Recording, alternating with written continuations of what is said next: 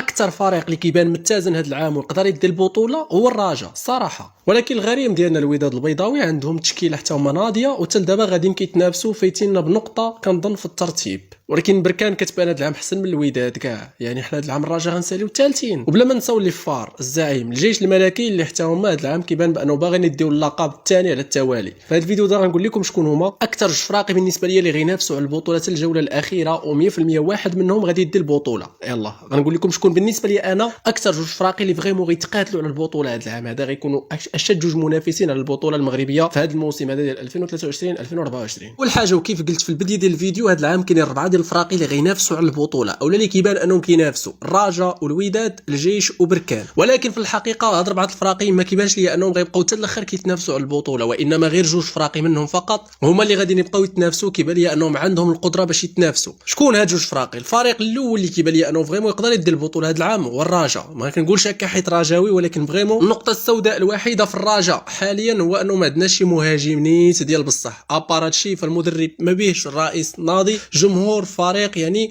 متكامل، كاين لاعب متميز على الاقل في كل بوست. وبالتالي الرجاء بالنسبه لي هي اكثر فريق هذا العام كنرشحوا باش انه يدي البطوله ويرجع لمنصات التتويج. ولكن الرجاء ماشي غير بوحدها، كاين فريق اخر اللي كيبان لي انه فريمون قوي ديال بصح، هو اكثر فريق كيبان لي هذا العام غادي ينافس الرجاء وربما كاع يقدر ياخذ ليها البطوله هذا العام. شكون هو هذا الفريق هذا؟ قبل ما نقول لكم انا شكون هذا الفريق ما كرهتش تهبطوا التعاليق وتقولوا لي انتم شكون اكثر جوج فراقي كيبان لكم هذا العام انهم غيقدروا يتنافسوا على البطوله. بغيت غير جوج الفراقي. اللي غيقول فريق واحد فرقه وحده فما مقبولاش منه، واللي غيقول اكثر من جوج ما مقبولاش منه. بغيت جوج الفراقي. بغيتكم تهبطوا التعاليق كاملين وتحطوا لي جوج الفراقي دابا بالنسبه لكم نتوما في المغرب هذا العام اللي فريمون يقدروا يتنافسوا على البطوله، وبلا ما يجي واحد يقول لي الزمامره ولا السوالم ولا التواركه. الفريق الثاني الاصدقاء اللي بالنسبه لي يقدر ينافس الرجاء وكيستحق وعنده علاش هو فريق نهضه بركان. فريق عاصمه الليمون ولا البرتقال فريمون ناضين. دونك بزاف الناس عارفين ان بركان هي اللي متصدره البطوله دابا، وهذا الشيء ماشي صدفه. سورتو بعد ما تقصاو من كاس الكونفدراليه فما بقى عندهم ما يخسروا، ولاو لاعبين الكل هذا العام في البطوله. البراكنه هذا العام ناضين في البطوله. بالنسبه لي هما اكثر فريق اللي غيزعج الرجاء وغيزعج حتى الفرق الكبرى بما فيهم الجيش الملكي وبما فيهم الوداد. بزاف الناس دابا غيتسائلوا ايوا اخويا الوداد والجيش اشنو ما غينافسوش هذا العام؟ الوداد والجيش غينافسوا ولكن غيتضاربوا بجوج على الرتبه الثالثه والرابعه. بلا ما نساو الفتح الرباطي اللي حتى هي راه فريق قوي، ولكن الفتح كالعاده ما كتنافسش حتى لاخر دوره. نقدر نقول الفتح هو داك الفريق اللي ما مسوقش لاعب ناشط وصافي كما خلاه بونو. ولكن رجاء وبركان غينافسوا على البطوله، الوداد والجيش غينافسوا على الرتبه الثالثه والرابعه.